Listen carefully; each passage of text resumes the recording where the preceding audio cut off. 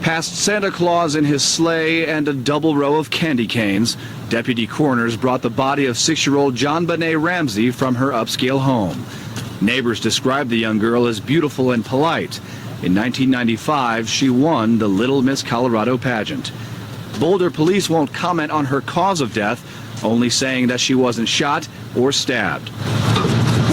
They are investigating her death as a homicide. So far, no arrests have been made. Hey everyone, and welcome to another episode of Case Uncovered, where we dive deep into the untold stories and mysteries behind true crime cases that have really stuck with us. And let's be honest, probably kept us up at night. I'm Jen Rivera, investigative journalist and producer, and today we're talking about one of the most infamous cases in true crime history, the heartbreaking and unsolved murder of 6-year-old JonBenét Ramsey. On Christmas night in 1996, what should have been a joyful holiday turned into a nightmare in Boulder, Colorado. It's a case that's puzzled investigators, sparked countless theories, and left us all wondering, what really happened that night? And just when we thought we'd heard it all, the new Netflix documentary, Cold Case: Who Killed JonBenét Ramsey, dropped, adding fresh insights and new theories to the mix. So, in today's episode, we're breaking it all down. The facts, the twists, and the questions that still demand answers. So, grab a coffee, a tea, or whatever your favorite beverage is, and let's dive into this mystery that's literally haunted us for nearly 3 decades. Who killed JonBenét Ramsey?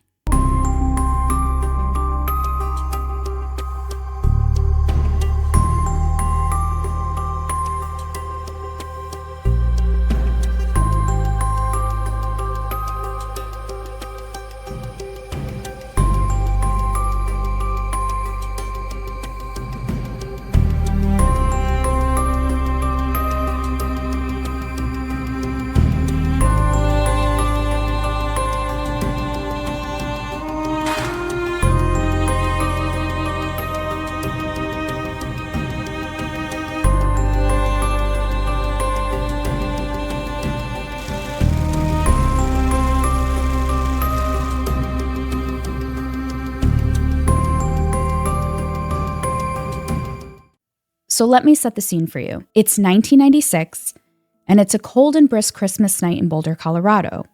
Most families are preparing for the arrival of Santa. The Ramsey family was preparing for a family trip to their vacation home in Michigan. Now, the next morning should have been a fun and joyous day, but instead, it ended up turning into one of the most infamous unsolved mysteries in our era. A 6-year-old beauty queen, a ransom note that still haunts us to this day, and a basement discovery that would haunt the world for decades.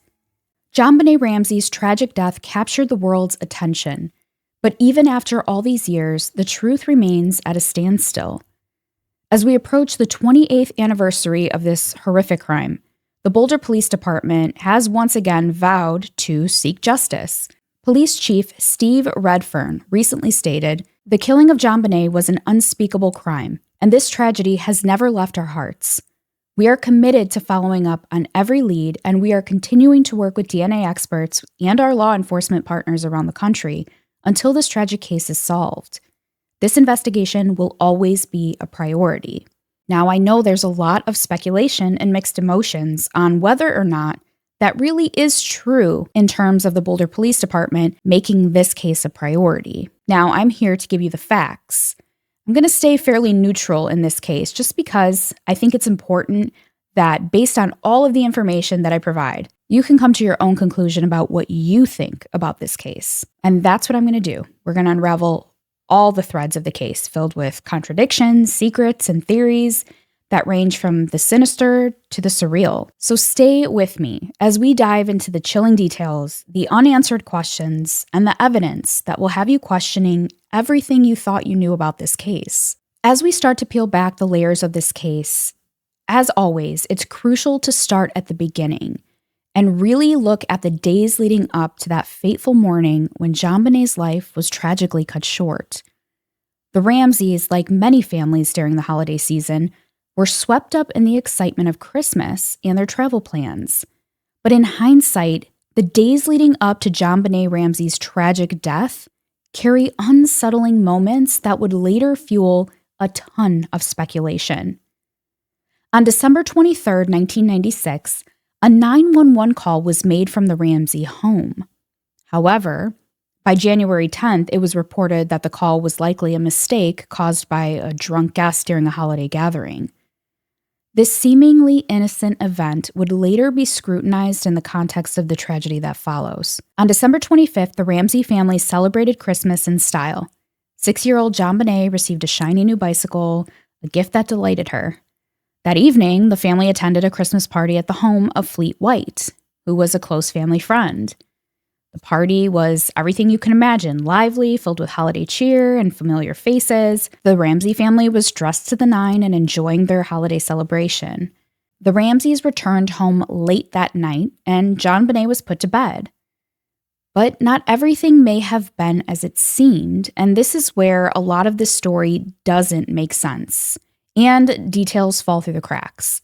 So let's talk about the timeline. On the morning of December 26, 1996. At 12 a.m., the family's neighbor, Scott Gibbons, remembers seeing a light on in the Ramseys' kitchen.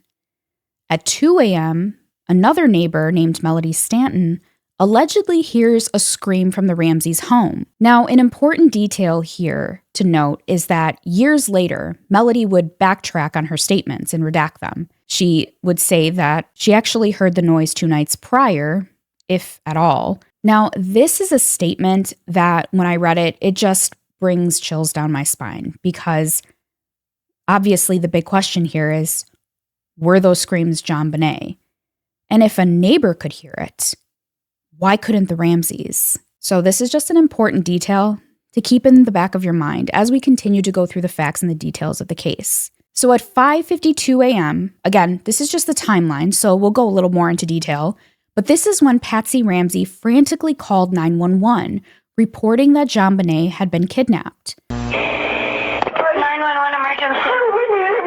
Police. What's going on? 515th Street. What's going on there, ma'am? We have a kidnapping. Hurry, please. Explain to me what's going on, okay? There's a note left and our daughter's gone. A note was left and your daughter is gone? How old is your daughter? 6 years old. She's gone. 6 years old. How long ago was it? I don't know. I just found the note. And my daughter's Does it say who took her? What? Does it say who took her? I don't know. There's a ransom note here. It's a ransom note? It says SBTC. Victory.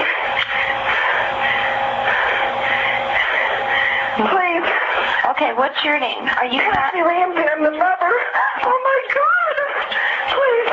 I'm sending an officer over, okay? Please. Do you know how long she's been gone? No, I don't. Please, we just got out. Is she right here? Oh my God, please. Okay, well, There's somebody. I am, honey. Please.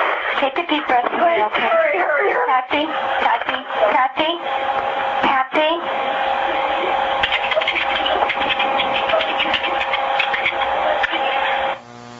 She told the dispatcher she had found a ransom note on the staircase.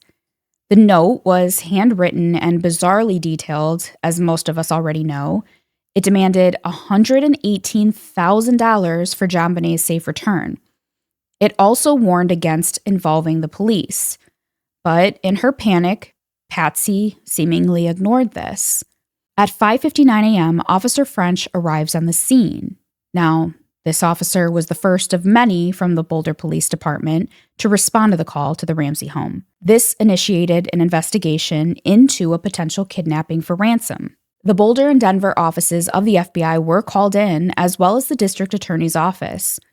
Law enforcement's initial efforts were directed at preparing to comply with the ransom note's instructions while monitoring the family and the scene. Between 6 a.m. and 8 a.m., 4 more officers arrive at the Ramsey residence. During this time, JonBenét's parents also have their friends come to help search the home.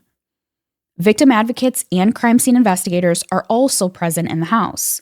So it's pretty obvious that there's so many people in the house during this time. And we already know what this is leading up to. But let me continue. So at 8:10 a.m., the first detective on the case is Linda Arndt, and she immediately begins her investigation. But one very critical piece of information is that she fails to secure the crime scene. At 10:30 a.m., John Ramsey goes missing for at least an hour, leaving the house to supposedly pick up the mail. At least that's what's reported. But later, it's determined that couldn't be true, given the family's mail was delivered through a slot in the front door. Just an important detail, again, to keep in the back of your mind. Just after 1 p.m., JonBenét is still nowhere to be found as the morning stretched into afternoon. Now, Detective Arndt instructs John and Fleet White, one of the friends who had come over to console the Ramseys, to do a top-to-bottom search of the home for anything unusual. Just after 1, John opens the door to the basement's spare room and sees JonBenét's body. It looks like she had been strangled, and her mouth and neck are covered with duct tape. John removes the duct tape immediately, picks up his daughter, and runs screaming upstairs. What initially began as a kidnapping investigation quickly takes a completely different turn. This is now a homicide. By bringing JonBenét upstairs and leaving the basement door open, much of the evidence is already tainted, but we'll get more into that later. The Boulder County Coroner's team removes the young girl's body from the house at 10:45 p.m. The next day, the office confirms JonBenét was strangled. Now, before I continue in the timeline, I know that one thing that everyone is very suspicious about is why did John immediately start looking in the basement? Now, I did watch the Netflix documentary, and I do think that there's a lot of really good information in there, at least that I wasn't aware of. And one thing that was mentioned, and it may be mentioned in other reports as well prior to this documentary, is that the police had already searched the home from top to bottom, and no one was allowed to go upstairs anywhere near JonBenét's room because it was taped off at this point. So clearly he couldn't start from top to bottom. JonBenét's room was already taped off, and so he figured there's anywhere to search again, the basement would be the best place because it was the most likely place that an intruder may actually be able to get into the home through. So that's why he started in the basement first. I guess it's just ironic that he just happened to go exactly where JonBenét was. And this is still probably one of the hardest parts of this case, at least for me to understand, and I know many other people have this same thought, is JonBenét had been there the whole time. If the police would have just done a thorough search of the home initially, they would have found her hours earlier. So, again, just a side note. But let's continue with the timeline. So at 1:30, Boulder policemen Ron Walker and Larry Mason arrive and search the basement and wine cellar for further clues into JonBenét's death. They finally secure the home, preventing further arrivals. Another thing that is really important to mention in the timeline is that prior to finding JonBenét, John and his friend did happen to notice something very suspicious in the basement, in the room next to where JonBenét is found a short time later. That's a suitcase which is underneath the window in the basement, in what they call the train room. I guess this is a room that Burke, who is JonBenét's brother, and JonBenét would play in. Now, the interesting thing here is the window is broken, and there's the suitcase right underneath the window, indicating that there clearly could have been an intruder that came through the window and used the suitcase as a step to get down or to get up and out of the window. So it's important to note, too, that the window was already broken. John did admit that he broke the window not long before because he had lost his key and couldn't get into the home, so he decided to go through the basement window in order to get into the house. Just another important detail to note, that since the window was already broken, it probably made it even easier for an intruder to come in, if that really was what happened. So moving on. At 1:40 p.m., John Ramsey calls his pilot and is allegedly heard asking him to prepare a plane to Atlanta. Meanwhile, law enforcement instructs the family not to leave town. At 1:45 p.m., heeding the officer's warning, the Ramseys leave their house with plans to stay the night at the Fernie's home. At 2:30 p.m., police conduct an interview with JonBenét's brother Burke, which reveals the 9-year-old had allegedly slept through the events of the previous night and didn't know anything about what had happened. At some point after this, John is advised to procure an attorney, which he does so by hiring friend Mike Bynum. Police had collected the ransom note as critical evidence and began piecing together the timeline of events. The Boulder and Denver FBI offices were now involved, and detectives were working to gather physical evidence while navigating the chaos of a contaminated scene. Meanwhile, friends, family, and law enforcement remained inside the house trying to make sense of the horror that had just unfolded. Outside the home, the case was starting to draw national attention. A 6-year-old beauty queen, a ransom note, and a horrific crime. This was a story that would grip the public like no other. But as the day came to an end, the most pressing question loomed unanswered. Who actually killed JonBenét Ramsey? And why? The first day ended with a tragic loss, a house full of questions, and a case that was just beginning to unravel. And during this time, I'm an 80s baby and I grew up in the 90s, I remember seeing this case everywhere. The story was everywhere. You couldn't go to a grocery store without seeing it on a magazine or in a newspaper or on television. It was crazy, the amount of media attention this case got. The morning of December 27, 1996 was so tense as the investigation into JonBenét Ramsey's murder pressed forward. Inside the Ramsey home, detectives and forensic teams continued working to piece together what actually happened. Every room, every item, and every trace of evidence was scrutinized in hopes of uncovering a lead. The basement where JonBenét's body had been discovered the previous afternoon became a focal point for investigators. The autopsy performed that day by the Boulder County Coroner's Office revealed the horrifying details of JonBenét's death. She had died from asphyxiation caused by strangulation with a garrote made from a nylon cord and part of a paintbrush. The autopsy also revealed a skull fracture, suggesting she had been struck on the head with significant force. It just makes me so sad for this baby. While there were indications of possible assault, this evidence would remain a contentious and heavily debated aspect of the case. Officially, the coroner ruled her death as a homicide. Hey everyone, future editing Jen here. I realized that there's one piece of information that I failed to mention as I was recording this episode, and I think it's really important to include, and that's the fact that JonBenét had partially digested pineapple found in her system after she died. If you've been following this case for years, you know why this is such an important piece of information, and it's because it's garnered a ton more attention, lots more speculation and theories as well, on top of all the other ones that we have already gone through and a lot that we're going to continue to go through as we continue this episode. But this is important because John and Patsy claim they did not give JonBenét this pineapple. So who did? How did she get this in her system?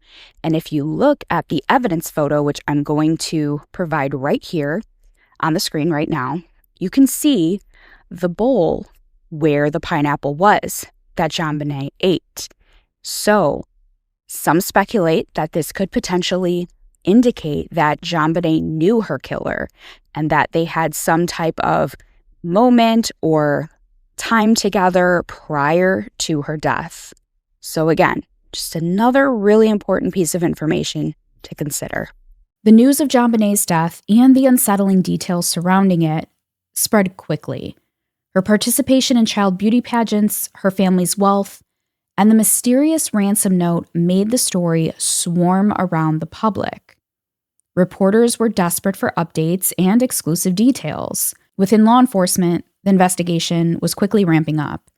Police had requested assistance from the FBI, and they worked alongside Boulder detectives to follow every single lead. DNA evidence was collected from JonBenét's body and other parts of the home for analysis. Investigators hoped this would provide clues to the identity of her killer. Although John and Patsy Ramsey were not formally interviewed that day, their behavior and responses were closely observed. Detectives noted their demeanor as they interacted with police and friends. Speculation about their involvement was quietly beginning to surface among investigators. The ransom note remained a central piece of evidence. It was being analyzed for handwriting, tone, and other potential clues. The unusual wording, the exact amount of $118,000, which was a sum almost identical to John Ramsey's recent work bonus, and the odd length of the note raised immediate red flags. Who had written it, and why? As investigators worked through the day, the case seemed no closer to being solved. While they had physical evidence and the beginnings of a timeline, no clear suspect had emerged. The complexity of the case was already becoming apparent. The contaminated crime scene, the very interesting ransom note, and the public scrutiny added layers of difficulty to an already devastating investigation. By the end of December 27th, law enforcement faced mounting pressure from the media. But not only from the media, from the public, and from within their own ranks. The tragic loss of JonBenét Ramsey was undeniable, but the path to justice was already proving to be a labyrinth of questions with few answers. By December 28th, JonBenét's murder was dominating national headlines. Reporters were camping outside the Ramsey home, turning the once quiet neighborhood into a hub of media activity. Speculation about the family's involvement, potential intruders, and the ransom note swirled in the press, setting the tone for what would become one of the most publicized investigations in American history. The Ramseys remained at the center of the investigation, though they had yet to be formally interrogated. Detectives were starting to privately question inconsistencies in their statements and actions. Law enforcement began focusing on the possibility that someone within the household could have been involved in JonBenét's death, a theory that would gain traction in the weeks and months ahead. However, there was also a push to investigate the possibility of an intruder, leaving the investigation split between two competing theories. And this caused so many more issues throughout the years in this case. By this point, forensic experts were conducting handwriting analysis of the ransom note. Patsy Ramsey's handwriting became a point of interest for investigators as they compared samples to the note's distinctive style. Analysts examined details like letter formation, pressure, and spacing, searching for similarities or differences between John Ramsey's handwriting and Patsy's. As mentioned earlier, Patsy's handwriting really did, in particular, draw attention because of the similarities. However, after detailed analysis, experts could not conclusively match her handwriting to the note. While some features seemed very consistent, there wasn't enough evidence to definitively link her to its creation. John's handwriting, on the other hand, was quickly ruled out as a match. Analysts found no meaningful similarities between his writing and the ransom note, allowing investigators to shift their focus elsewhere. Tensions began to emerge between the police and the Ramsey family. Detectives were frustrated by the Ramseys' perceived lack of cooperation, including the refusal to submit to formal interviews at the time. Meanwhile, the Ramseys, feeling targeted by police suspicion, began assembling a legal and public relations team.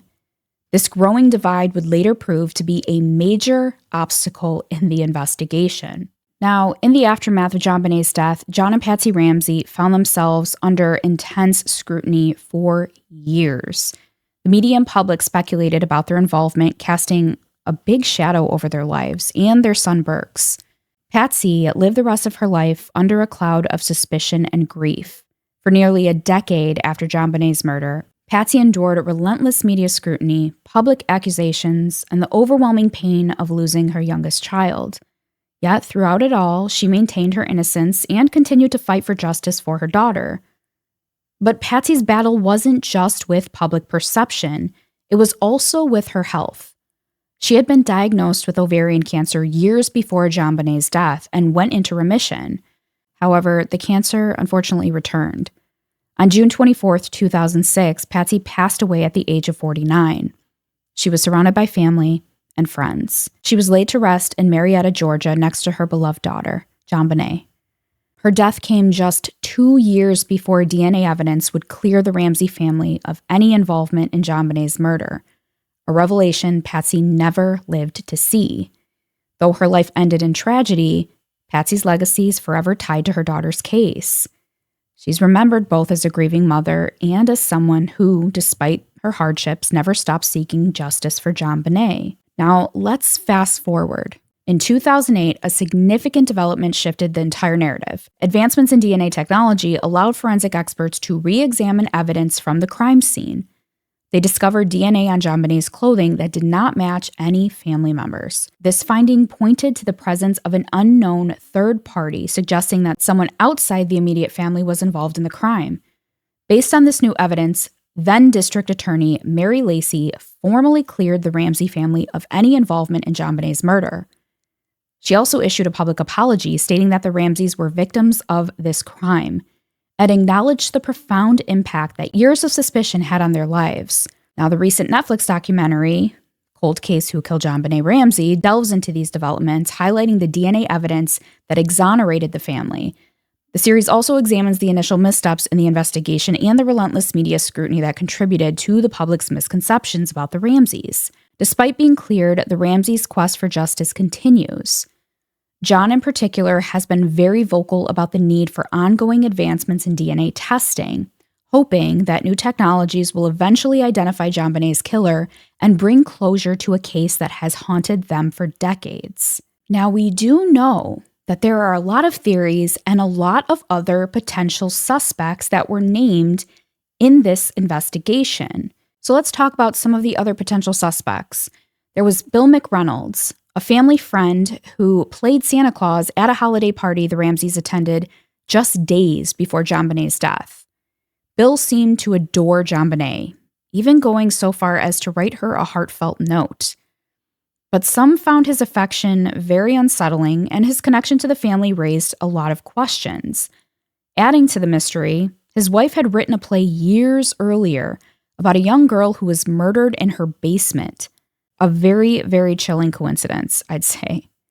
But despite the suspicions, no evidence ever tied McReynolds to the crime. So investigators also looked into Linda Hoffman Pugh, the Ramseys' housekeeper. She had intimate knowledge of the family's routines and access to the house, which made her an early person of interest.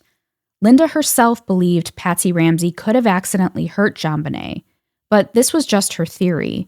Investigators found no physical evidence linking Linda to JonBenét's murder, and she was eventually ruled out.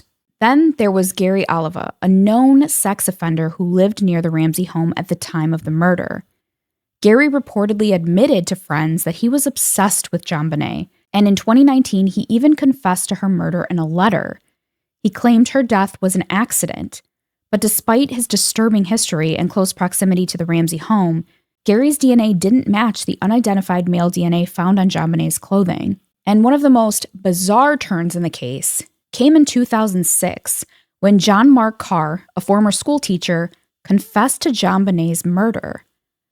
Carr's confession was very detailed, and for a brief moment, it seemed like the mystery might have been solved. And I remember when this came to light, and I had so many questions when this did, because he had a lot of really important information that he knew that wasn't made public. So it makes you think, how did he know those things? But unfortunately, as investigators dug deeper, his story started to unravel. His DNA didn't match the evidence, and his confession was riddled with inconsistencies, leaving investigators no choice but to dismiss him as a suspect. Finally, there's the intruder theory, a possibility that has intrigued investigators and the public alike.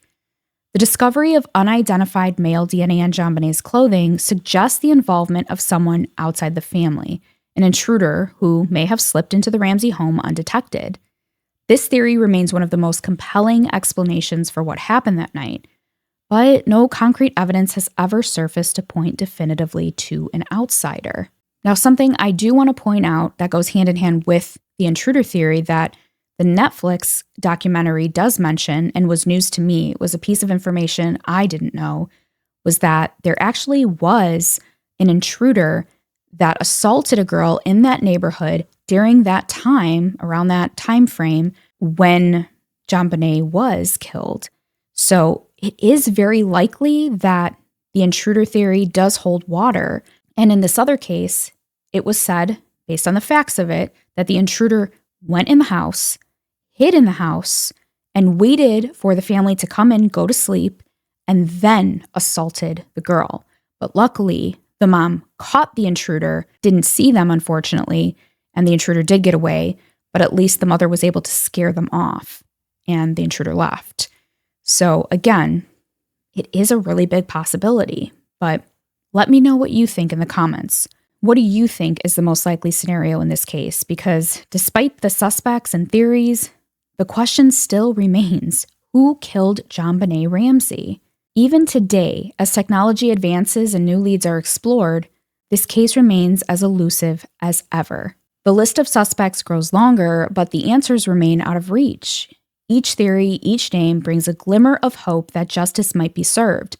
But for every suspect ruled out, the mystery deepens. And the Netflix documentary just reminds us how many pieces of this puzzle are still missing, and how even the most promising leads have so far led to dead ends. What's most haunting about JonBenét's case isn't just the horrific crime itself, but the fact that decades later, we're still asking the same questions. Who could have committed such an unthinkable act? Was it someone who knew the family? Or was it a stranger who slipped into their lives for one night? How and why could someone do this to such a sweet and innocent little girl? It just breaks my heart, especially as a mom who has a daughter around JonBenét's age. It's devastating. As we move forward, we're left with the uncomfortable truth that, for now, JonBenét's killer remains out there unknown, unpunished, and beyond justice. But with new advancements in forensic science and a renewed focus on the case, there's still hope that one day the truth will finally come to light.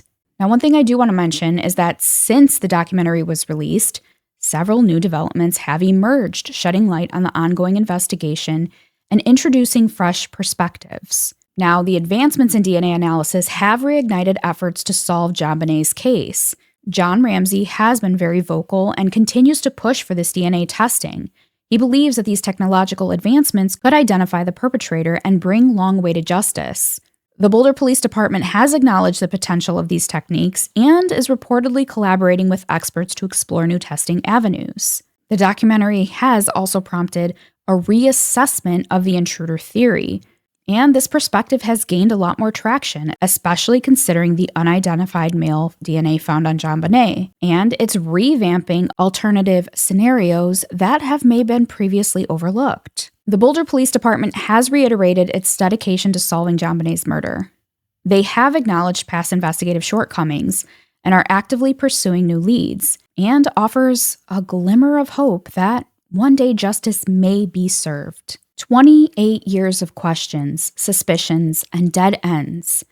A sweet 6-year-old girl with a radiant smile and endless potential was taken from the world, and yet her voice remains silenced. Despite the endless media coverage, the suspects, the theories, and even the advances in forensic science, the most important question of all still lingers in the air, and we still need to know who killed JonBenét Ramsey. It's really easy to get lost in the details of the ransom note and all the other aspects of the case, but at the heart of it all is a little girl who should have been able to grow up, to celebrate more Christmases, to ride her shiny new bike, and to live a life full of joy. Instead, her memory lives on as a mystery, a cold case that continues to haunt not just her family, but all of us who long for justice. As we approach nearly 3 decades since that horrific morning, we are left with both frustration and hope. Frustration that JonBenét's killer has eluded justice for so freaking long, and hope that advancements in technology, fresh perspectives, and relentless determination might one day uncover the truth. JonBenét deserves more than to be remembered as the child at the center of an unsolved murder. She deserves peace, and one day we'll find the answers that are so desperately needed for this case. Thank you so much for joining me for this episode of Case Uncovered. Let's continue the conversation. Make sure to connect with me on social media at Jen Rivera Investigates and share your thoughts on this case. Until next time, stay curious, stay vigilant, and stay safe out there. I'll see you in the next one. Bye, guys.